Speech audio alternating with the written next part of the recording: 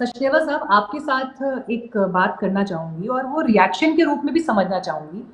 हम लोग जिस नज़रिए से इसे देख रहे हैं, देश में लोग जिस नज़रिए से देख रहे हैं कि अपमान हुआ, अमानवीय है, ऐसा क्यों हुआ, वैसा क्यों हुआ, मोदी जी ने ये क्यों नहीं कर दिया, विदेश मंत्री को ऐसा करना चाहिए था, वैसा करना चाहिए था।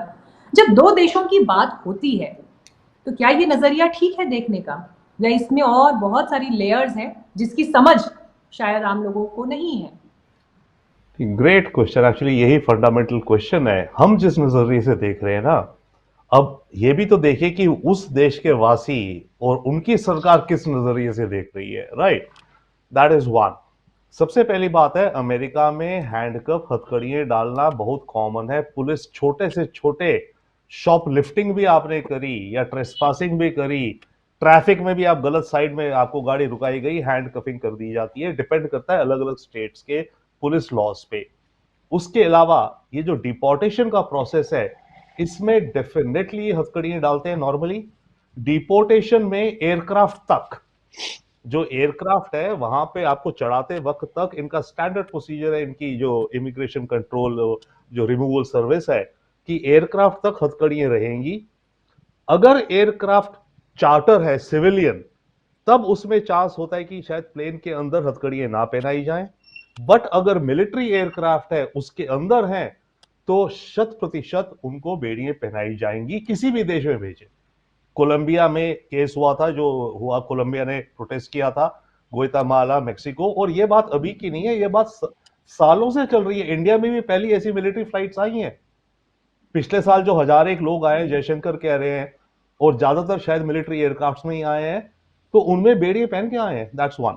दूसरी बात, अमेरिका के अंदर ट्रंप जो कर रहा है, ट्रंप इस चीज का विजुअल विजिबल दिखाना चाहता है अपने देश के अंदर कि देखो हम स्ट्रांग कदम उठा रहे हैं। तो उन्होंने अपनी इमिग्रेशन, होमलैंड सिक्योरिटी को बल्कि ऑर्डर्स भी दिए हैं। डिपोर्टेशन तो छोड़िए, जिन इमिग्रेंट्स को ये अरेस्ट करने जा रहे हैं, जो इलीगल इमिग्रेंट्स हैं, किसी अपार्टमेंट ब्लॉक में जा रही है पुलिस, ये वो, तो पुलिस को इंस्ट्रक्शंस हैं वहां पे अपनी लाल नीली पीली बत्तियां फ्लैश करते हुए, और जैकेट्स पहने हुए, और जैकेट्स के पीछे लिखा हुआ इमिग्रेशन कंट्रोल एंड आईसीई जो भी है डिपार्टमेंट। तो वो विजुअल्स दिखाना चाह रहे हैं, भय क्रिएट भी करना चाह रहा है देश के अंदर कि भाई देखो हम कर रहे हैं। तो एक बहुत बड़ा फैक्टर ये भी है, ये अलग है, बट रूटीन में अमेरिका ऐसे करता है, करता आया है, वो एक चीज है। एंड दूसरा, इस बार क्योंकि ट्रंप इलेक्शन में इसी मुद्दे को लेके जीते हैं, तो वो इस चीज को तभी, देखिए आप जो बता रही थी ना, उनके जो सीबीपी बॉर्डर पेट्रोल का जो सेक्रेटरी है, उसने वो वीडियो डाला है एलियंस की जो आप बात कर रही हैं। उसने वीडियो बनाया बाय चांस इंडियंस का, कोलंबियंस का भी हो सकता है, ग्वाटेमाला के भी, कि भाई देखो हम इनको अपने देश से निकाल रहे हैं जैसे हमने प्रॉमिस किया था।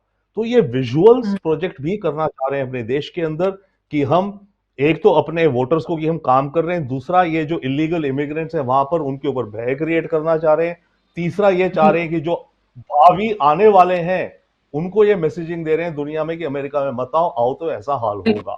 तो ये अमेरिका जी। का पर्सपेक्टिव मैं आपसे, जो आप क्वेश्चन तो था। ये वो अपने अपने घर में भी एक मैसेज उनको देना है, वहाँ की भी पॉलिटिक्स है, प्लस ओवरऑल वर्ल्ड सिचुएशंस के हिसाब से भी कोई भी देश क्यों बर्दाश्त करेगा उनके यहाँ अवैध परिस्थितियों में लोग रह रहे हैं, और अगर उनके लिए वो इलेक्शन का मुद्दा भी था।